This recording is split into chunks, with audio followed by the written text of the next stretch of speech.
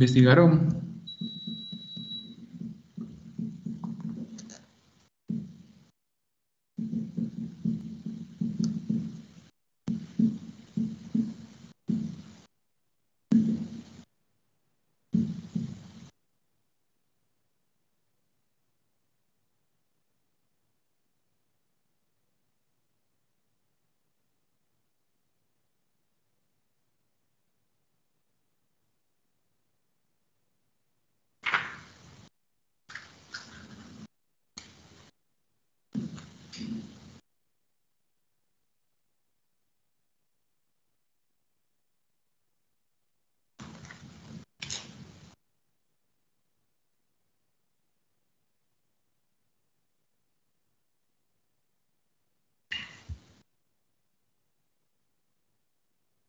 Ok, estoy leyendo los mensajes, ¿no? Bueno, entonces, no se preocupen, voy a marcarles una asignación en el cual es una investigación de cada una de estas propiedades. Con la finalidad de que las investiguen y las repasen, porque es muy importante. En las demás materias van a necesitar conocer el concepto. ¿Por qué? Porque hay muchas, por ejemplo, en las materias de tecnología 1 y tecnología 2 y hasta en microbiología, se tiene que tener estos conceptos mínimos básicos. ¿Por qué? Porque así se pueden, pues la verdad, diseñar algunos productos que no se vayan a, que no vayan a perecer, ¿no? A pereceder, perdón. Entonces, las propiedades funcionales de algunos alimentos en general, ya dijimos que es el poder edulcorante. ¿Qué es el poder edulcorante? Es poder endulzar, en- es el poder endulzar, ¿no? Aquí la diferencia es que hay poder edulcorante calórico y poder edulcorante no calórico. Entonces, cuando hablamos de no calórico, hay que pensar en todos estos sustitutos de azúcar que hay en el mercado, como puede ser el stevia, el Splenda con stevia y el Splenda, ¿no? Además de que van a aportar una dulzura mucho mayor, que hasta pudiera decir que son hasta de 3 a 10 veces que la sacarosa, que es el azúcar de mesa normal. No van a crear una respuesta, ¿cómo decirlo? Una respuesta, no crean respuesta con la insulina, ¿no? No se va a estar produciendo insulina al momento de comer este tipo de productos endulzados con estos edulcorantes. Pasa algo diferente con los que sí son, los que tienen poder edulcorante y además son calóricos, como por ejemplo pudiera ser la sacarosa o algún tipo ¿cómo se dice? De dímero, ¿no? Como pudiera ser la sacarosa. En hidratación, aquí el fundamento que hay que tener claro y el que hay que tener en cuenta más bien es que algunos azúcares pueden absorber agua o pueden absorber humedad. Entonces, en el producto, por ejemplo, las galletas o las barritas estas de fresa y de piña, las barritas marinela, tienen este fundamento. Porque si se fijan, la mermelada que tiene no moja el pan, ¿no? Entonces tenemos un producto entre comillas suave, pero conciso, ¿no? Sí, con consistencia. No tenemos un producto que sea completamente suave o se esté desmoronando, ¿no? Entonces suelen utilizar ciertos tipos de azúcares para regular este tipo de problemas que pudieran tener algunos alimentos. Entonces, aquí sí es la importancia de conocer qué alimento cristaliza, qué alimento absorbe, qué alimento desorbe. Entonces, si lo aplicamos a la tecnología, si lo aplicamos en fundamento a al proceso de producción de un alimento o el diseño de un alimento, vamos a tener menos problemas que hacerlo a la ligera, ¿no? Emulsionantes, el famosísimo aquí es la maicena, ¿no? Podemos mencionar hasta el agar-agar, ¿no? Que se obtiene a partir de las algas verdes que se encuentran en el mar. Entonces, Ya son polisacáridos más complejos, ¿no? Ya vemos en la estructura diferentes ramificaciones que tienen. Estas ramificaciones que tienen la capacidad de retener agua. Entonces, de retener agua y aumentar su tamaño, ¿no? Entonces, normalmente al mezclarlo con diferentes, en este caso, podemos llamarle matriz, con diferentes tipos de productos, estos pueden alcanzar en realidad, ¿cómo decirlo? Una consistencia adecuada, ¿no? Como por ejemplo es en el diseño de algunas salsas para ensaladas, ¿no? En cuestión de la industria del chocolate, aquí pasa algo muy, muy, muy esto de interesante, ¿no? No con cualquier azúcar se puede azucarar un chocolate. ¿Qué es lo que pasa? Si tiene el azúcar la capacidad de cristalizar a baja temperatura, como casi todos los componentes que tiene la miel, ¿qué es lo que pasa con el producto final que ya es la barra de chocolate? Pues esta empieza pues principalmente se separan sus componentes, ¿no? Pudiéramos ver hasta gránulos de azúcar encima o en la corteza del chocolate cuando no debería ser así. Entonces, en realidad hay una línea de investigación muy, muy fuerte sobre el chocolate, en el cual se han dedicado a estudiar parámetros, qué lípidos favorecen, si solamente es suficiente con la manteca de cacao, o se tiene que adicionar algún otro tipo de emulsionante, o se tiene que, para endulzarlos, qué tipos de azúcar en específico se pueden utilizar y para cada tipo de chocolate, ¿no? Entonces, hablando de chocolates, hay muchísima investigación, ¿no? Estabilizadores son muy similares a los emulsionantes, sin embargo, aquí la diferencia es que normalmente también usamos polisacáridos, ¿no? Como por ejemplo, pudieran ser las gelatinas y también pudiéramos volver a utilizar el agar-agar.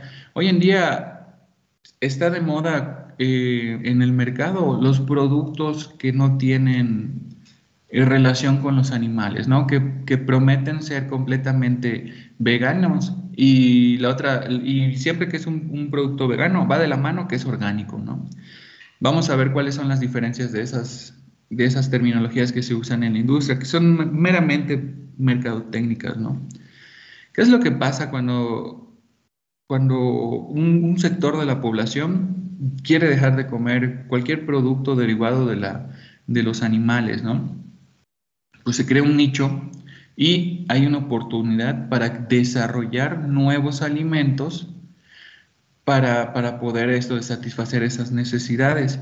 Y no solamente es por moda, porque también suele suceder a las personas que en realidad no pueden digerir ciertos azúcares, como pudieran ser los diabéticos, como pudieran ser personas que están en tratamiento contra la obesidad, los que están en dietas, los que quieren tener un alto rendimiento, ¿no? Todos esos nichos pueden ser en realidad un objeto de investigación para el diseño de nuevos productos. En estabilizadores ahora podemos ver que hay gomitas que se hacen sin gelatina, ¿no? Entonces, al quitarle la gelatina como estabilizador, en realidad lo que se busca es quitarles cualquier producto que venga de los animales. ¿Con qué creen que se sustituya esta gelatina?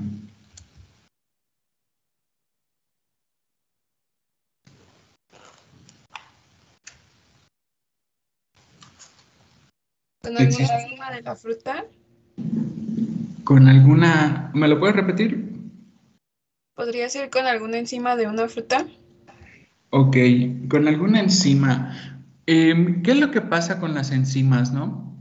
Las enzimas, por excelencia, son conocidas por tener actividad catalítica, ¿no? Entonces, las enzimas en realidad, ya vieron, no sé si ya lo han visto, pero creo que son 6 grandes clasificaciones: hidrolasas, liasas, ligasas, etc., ¿no? Si le agregáramos al líquido que queremos gelificar enzimas, probablemente si hubiera un componente que se pudiera gelificar al tener al tener una actividad con una enzima, sí se pudiera alcanzar, ¿no? Pero en este caso, normalmente solo son saborizantes, azúcares que quieren estar, y también esto de algunos tipos de aditivos, otros aditivos, que se quieren, pues en realidad formar, tener esta textura de una gomita. Imagínense las gomitas, las panditas, ¿no? Entonces, no he leído y la verdad no he encontrado alguna información en la cual se pueda gelificar un producto líquido a partir, con enzimas, ¿no? No he escuchado. En el chat está la respuesta, Paulina la dice, con agar agar, al provenir de las plantas, más bien ya no son plantas, en realidad están clasificadas como algas, se puede sustituir esta gelatina. ¿La gelatina de qué parte viene? ¿De qué, cuál es, o sea, de dónde proviene la gelatina?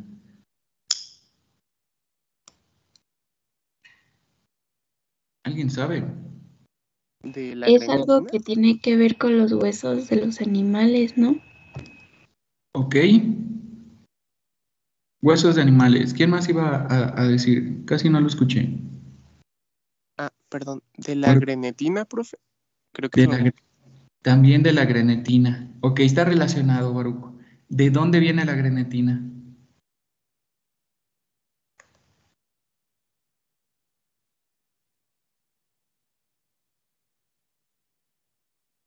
Pues no era de lo que dijo mi compañera, de los huesos de animales. Del Sí, cartílago. del De los cartílago. cartílagos. De los cartílagos, ¿no? Entonces, voy a ver si encuentro el video, cómo se extrae la gelatina industrialmente. Se los presento para que veamos más o menos qué es lo que sucede, ¿no?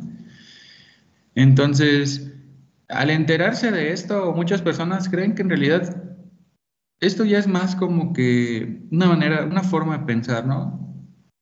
Empiezan a dejar de consumir algunos alimentos por conocer de dónde vienen, como por la procedencia, ¿no?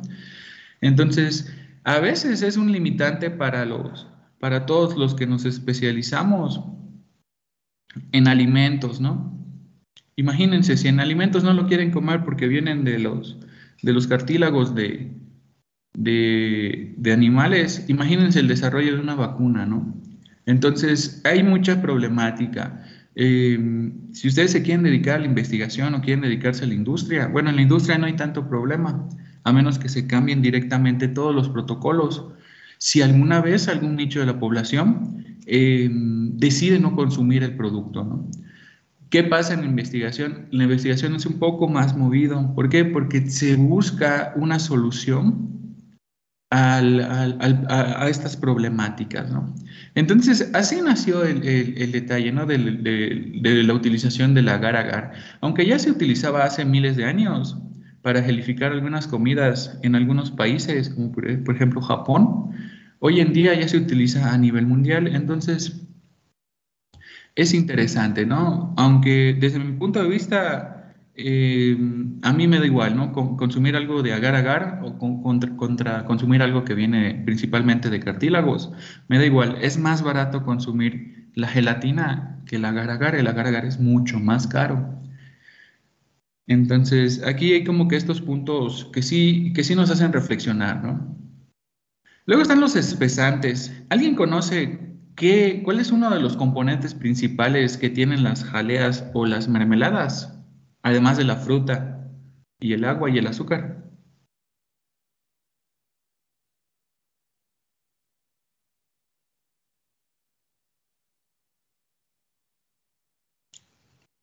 Les doy una pista, lo tienen casi todas las frutas en su pared celular. ¿Es la La pectina, pectina. profe? Muy bien, es la pectina. Excelente.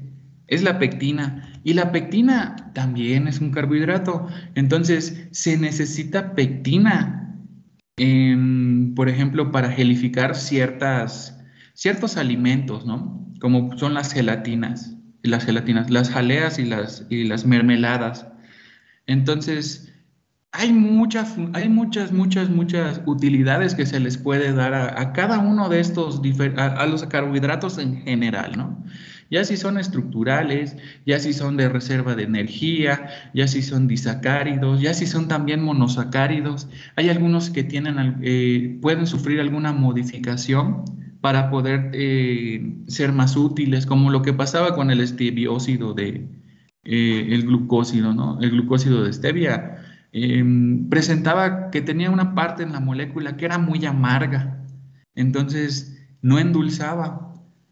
Hubo un problema porque hubo muchas investigaciones tratando de retirar esa parte de la molécula, porque al quitarla se creía que iba a tener un poder edulcorante súper potente.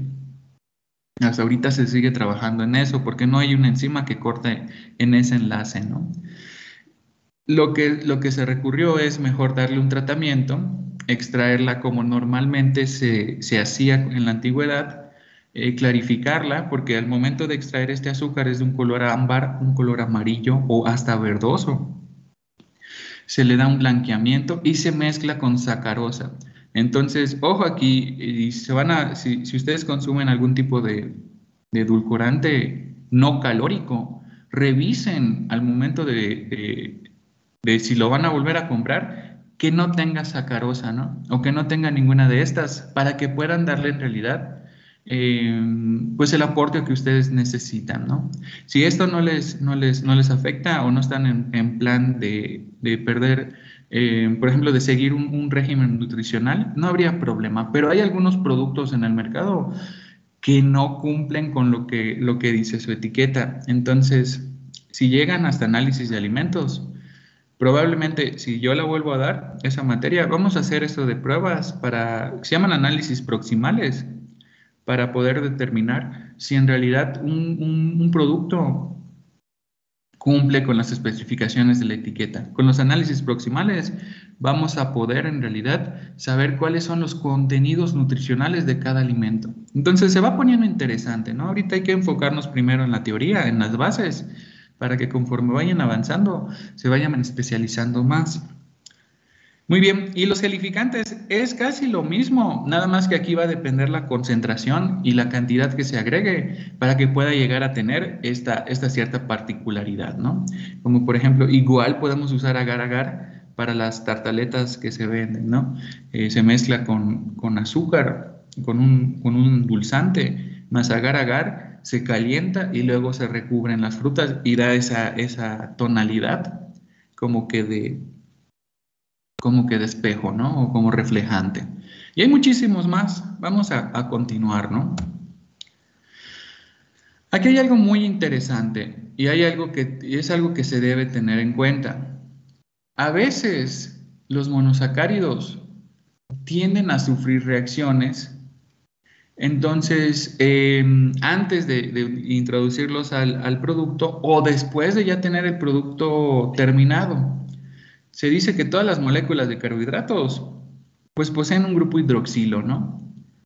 Este grupo hidroxilo es el más susceptible en toda la molécula a reaccionar, ¿no? Dentro de los monosacáridos simples y algunos otros carbohidratos de bajo peso molecular, tienen libres los grupos carbonílicos y también estos grupos carbonílicos son susceptibles a reaccionar, ¿no? Entonces, por ambos lados, si llega a haber algún parámetro que no se llegó a controlar, pudiéramos obtener otro producto diferente al que estamos manejando, ¿no? Los más interesantes son la oxidación de ácidos aldónicos a aldonolactonas, reducción de los grupos carbonilos para ver qué es lo que se convierte, se suelen llamar azúcares de alcohol. Luego están otros, ¿no? Ácidos urónicos, ésteres del grupo hidroxilo, éteres del grupo hidroxilo y por último, ¿no? El más interesante de esta unidad, parellamiento enzimático y no enzimático. Entonces, vamos a ver algunos el día de hoy para poder entender qué es lo que pasa. Cuando nosotros hablamos de oxidación de ácidos aldónicos o aldonolactonas, Pues en realidad a veces podemos pensar en que es una desventaja. Sin embargo, hay quienes han trabajado en esta particularidad que tienen los carbohidratos y han podido hasta diseñar una metodología para poder cuantificar qué tipo de carbohidrato hay en cierta muestra, ¿no? ¿Alguien ha realizado esta muestra, este tipo de metodología? ¿Alguien la conoce?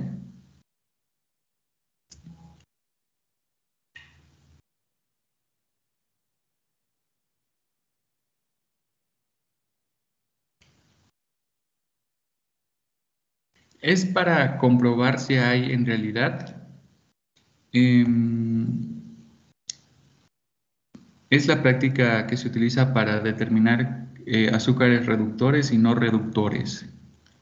Entonces, es interesante porque aquí les voy a ir leyendo lo que dice la diapositiva. Las aldosas son fácilmente oxidadas a ácidos aldónicos, ¿no?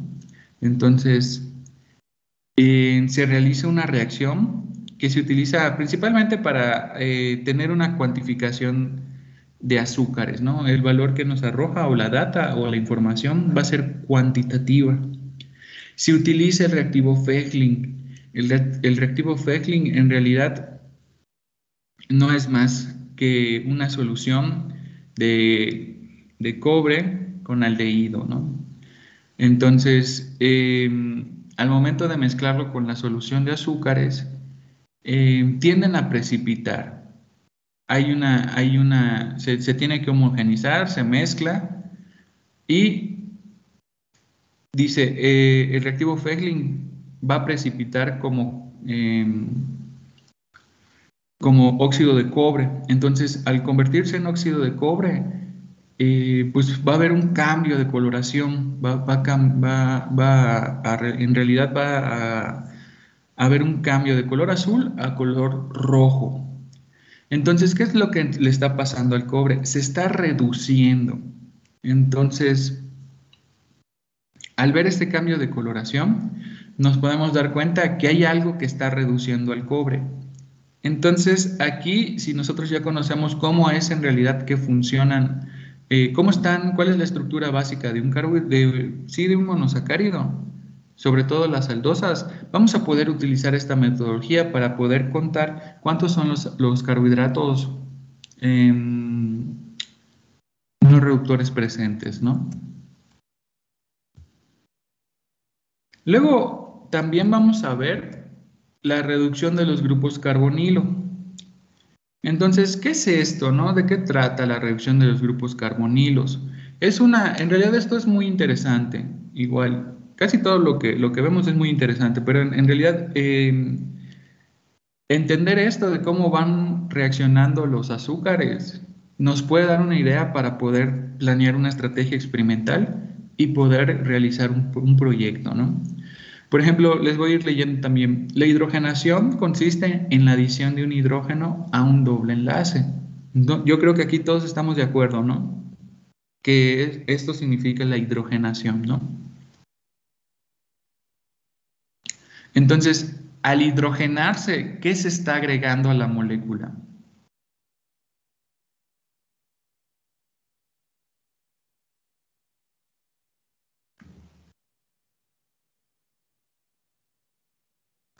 Hidrógenos. Hidrógenos, ¿no? Como lo dice su nombre. Si aplicamos una hidrogenación a los carbohidratos, casi en la mayor parte de los casos, el hidrógeno se va a adicionar al doble enlace entre el átomo de oxígeno y el átomo de carbono del grupo carbonilo de la aldosa o del grupo carbonilo de la cetosa, ¿no?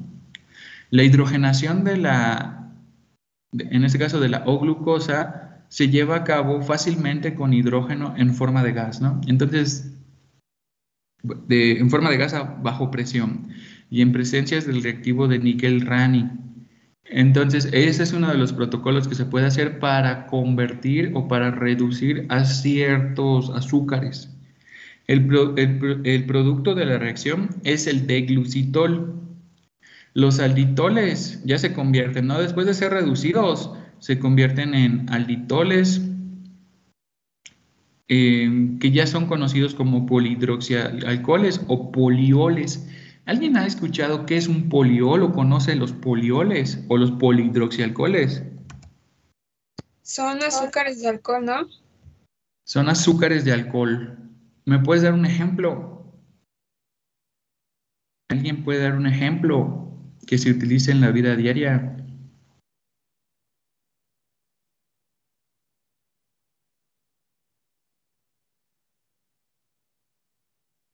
Pues no sé si estamos hablando de los chocolates. Ajá. Ok, en los chocolates. Sí, pero por ejemplo, hay ciertos específicos que se utilizan. Por ejemplo, vamos a verlos. Vamos a ver cuáles son, ¿no?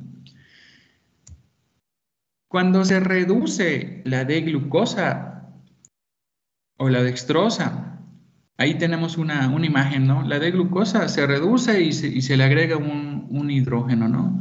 Ya deja de llamarse D-glucosa, se convierte en glucitol o también conocido como sorbitol. ¿Han escuchado este compuesto, el sorbitol?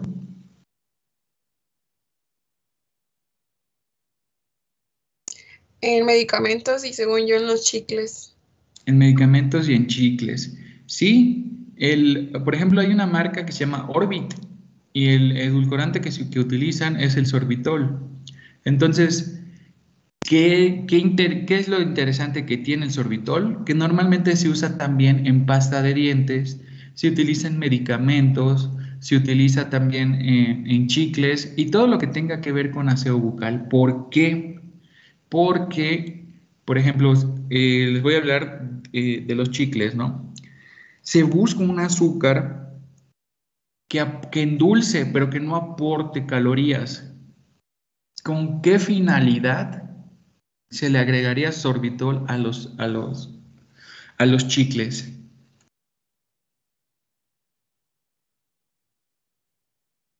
¿Cuál sería la finalidad de agregarle sorbitol y no sacarosa a los chicles?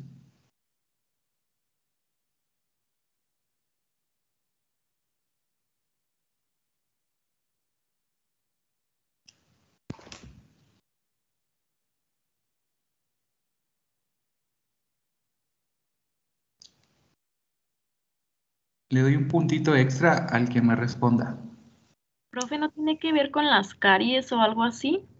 Sí, tiene que ver muchísimo con las caries. Entonces, te lo voy a hacer válido, Jacqueline. Pero ¿por qué tiene que ver con las caries?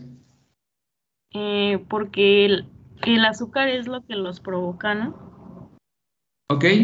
Sí, si pensamos en la caries, podemos en realidad pensar en pues es un proceso multifactorial que se encarga de la descalcificación y también a su vez del crecimiento microbiano en la boca, ¿no? Y uno de los máximos microorganismos que tenemos en la boca, a ver si no se me olvida, es el Streptococcus mutans. Este se encarga de agarrar azúcares, utilizarlos como energía y acidificar el medio. Entonces crean ácidos, ¿no? Estos ácidos a su vez reaccionan con el calcio, el fósforo que se tienen en los dientes, dañando esa estructura y empezando a formar cavidades, ¿no? O empezando a formar estas famosísimas caries, ¿no? ¿Cómo afecta el sorbitol al crecimiento bacteriano, ¿no? O qué crees el por qué? ¿Por qué seleccionar sorbitol? Ya lo dijiste, pero ¿por qué? ¿Cuál es el fundamento, no? ¿Por qué crees?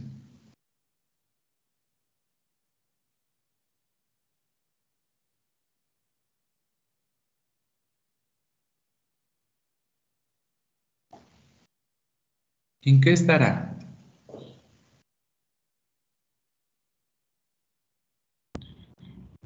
Pues sirve para eso que usted dijo, para evitar el crecimiento microbiano. Y aparte, pues creo que se encuentra en plantas y en las hojas mm, y ya no sé en dónde más se encuentra, profe. Sí, se encuentra en muchos alimentos, ¿no? El sorbitol, sobre todo en los de tipo de higiene. La bacteria SS mutans. A ver, lo voy a escribir para que lo tengan pendiente, ¿no? Es algo relacionado con la boca. Streptococcus mutans. ¿Qué es lo que pasa? Tenemos si hacemos una comparación de quién es más dulce entre glucosa y glucitol, tal vez no pudiéramos distinguirlo. Entonces, ¿en qué está el detalle, no? ¿Por qué no ponerle chicle glucosa? ¿Por qué ponerle sorbitol, que es glucitol? El detalle está en que uno es calórico y el otro es no calórico. Entonces, uno genera energía y el otro solamente endulza, por así decirlo, ¿no? Uno aporta energía y el otro endulza. Entonces, a las bacterias, si no les estás dando algo que les dé energía, pues se les va a hacer mucho más difícil crecer. Entonces, por eso se utilizan en los chicles glucitol. ¿Por qué? Porque es un edulcorante no calórico. Y por ahí va la estrategia. Obviamente, no es que las mate o las inhiba, ¿no? Es que como no está entrando azúcares, no están no queda algún azúcar fermentable, por así decirlo. No obtienen energía, no se pueden dividir, no pueden realizar la mitosis y empiezan a morirse. Entonces, obviamente esto es pensando en que todo el día solo vamos a estar mascando chicles, ¿no? No se ven otros factores, como por ejemplo, haber comido o luego la utilización del chicle, ¿no? Y esa es la funcionalidad del chicle, poder retirar ciertos pues residuos que hay en la boca, ¿no? Entonces, es por eso que se utiliza algunos de estos azúcares de alcohol, ¿no? Porque no tienden a ser no calóricos. ¿En dónde vemos otro tipo de estos azúcares?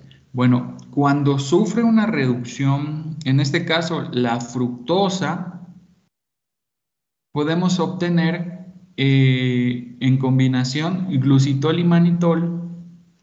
Entonces, el manitol también se utiliza en chicles y aquí lo podemos ver, hasta dice libre de azúcar.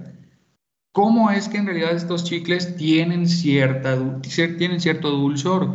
Es por estos tipos de compuestos que al ser carbohidratos, mediante una reducción, solo por cambiar un hidrógeno, cambia completamente en realidad el contenido energético, ¿no? ¿Cómo es que no los reconocen? Y aquí algo muy interesante que les voy a dejar de tarea, pero no, es investigar qué es lo que pasa en la estructura que los vuelve no calóricos. Si solamente es el cambio en el hidrógeno, es decir, la hidrogenación, ¿cómo es que entrarían en esta ruta de la glucólisis, ¿no? ¿Hasta dónde llegarían o cuál es el producto final, ¿no? Porque si nosotros metemos a la glucólisis una glucosa, pues ya sabemos que el producto final van a ser 2 moléculas de piruvato, ¿no? Pero ¿qué pasará en este caso, con el glucitol? Está interesante, yo creo que sí, si les llama la atención, lo van a investigar. Y la próxima clase, si alguien quiere explicarlo, estaría genial, ¿no? Muy bien, ¿preguntas hasta aquí?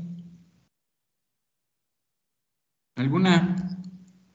No, profe. No. Vamos a ver el último compuesto que es proveniente de la xilosa. Ahorita hay muchos productos en el mercado en el cual se basan en la reducción, ¿no? de carbohidratos, de los monosacáridos. Entonces, ahora ya se están vendiendo muchos productos en los cuales tienen este poder edulcorante, pero no generan estas calorías, ¿no? Entonces, si ustedes quieren llegar a seguir una dieta baja en carbohidratos, les recomiendo identificar estos tipos de productos. Ojo, es desde mi punto de vista. ¿Por qué? Porque hay tengo otros compañeros, no del TEC, no de este TEC, del otro TEC, en los cuales dicen que en realidad es peligroso consumir estos tipos de productos, pero pues hasta el momento no hay una verdad tan cierta, ¿no?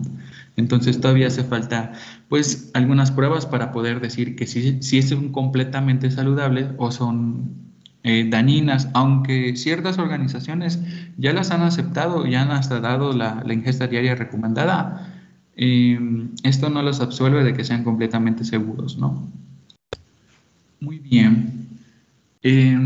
Por mi parte sería todo. No sé si alguien más tiene alguna pregunta, alguna duda, algún comentario al respecto. Profe, ¿qué dijo que teníamos que investigar sobre el glucitol? Por Ah, favor, ok. Sí, por ejemplo, es sencillo. ¿Qué es lo que tienen que investigar? Ay, a ver. Es, por ejemplo, que comparen cómo entran a la glucólisis y cuál es todo el procedimiento hasta el producto final de la glucosa. Yo sé que ustedes ya lo conocen. Las 7 diferentes enzimas, las 7 diferentes modificaciones que tienen. Pero, ¿qué pasa con el glucitol? Que lo comparen, glucosa y glucitol en la ruta de la glucólisis. ¿Hasta dónde llega? Si se llega en piruvato, si se sale antes del sistema, si las enzimas ya no lo reconocen y sigue en el torrente sanguíneo y sigue su camino. Quiero que investiguen qué es lo que le pasa al glucitol al momento de entrar a la ruta de la glucólisis, ¿no?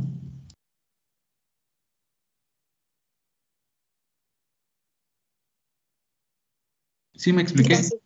Ah, ok. Muy bien. Entonces, pues les deseo un excelente día y nos veríamos hasta el día lunes. Les voy a subir unas tareas, probablemente el jueves, que no hay clases. No es para entregar hasta la próxima semana, el fin de semana. Entonces, solamente es para que no se me vayan a olvidar, ¿no? No se preocupen. Entonces, bueno, pues me despido. Muchas gracias por la atención y nos vemos hasta el día lunes. Que tengan un excelente fin de semana y hasta luego. Gracias, profe. Nos Gracias, vemos. gracias, Profe. profe. Bien. Hasta Gracias, luego, profe. profe. Buen día. Nos vemos.